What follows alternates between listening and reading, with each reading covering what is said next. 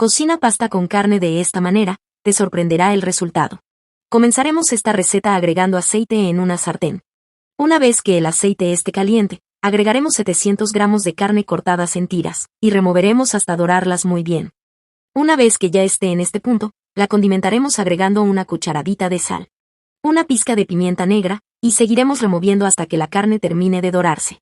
Y una vez que la carne ya esté de esta manera, agregaremos una cebolla picada en cubos, 3 dientes de ajo machacado, y removeremos muy bien hasta sofreír estos ingredientes por completo.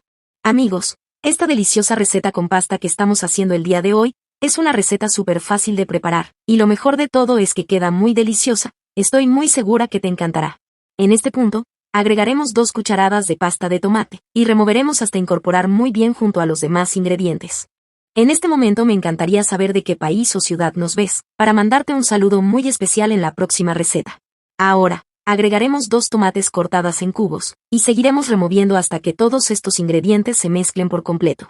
Taparemos la sartén, y la dejaremos cocinar durante 3 minutos a fuego medio.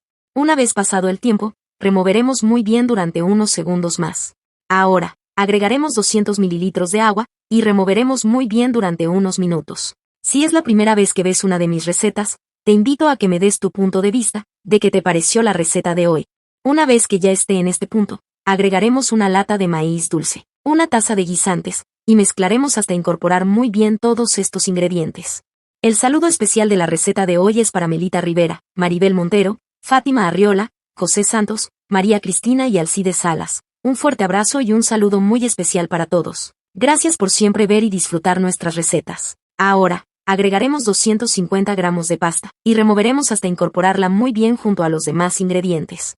Una vez ya incorporada, agregaremos agua hasta cubrir todo muy bien. Removeremos un poco, hasta que todos estos ingredientes se incorporen por completo. Si has llegado hasta aquí viendo la receta de hoy, es una señal de que te está gustando esta deliciosa receta. Si es así, déjanos aquí debajo el siguiente mensaje: me encanta la carne, para poder mandarte un saludo muy especial en la próxima receta. Taparemos la sartén, y la dejaremos cocinar durante 7 minutos. Y una vez pasado el tiempo, nuestra deliciosa receta del día de hoy ya está lista. Miren lo rica y deliciosa que nos ha quedado.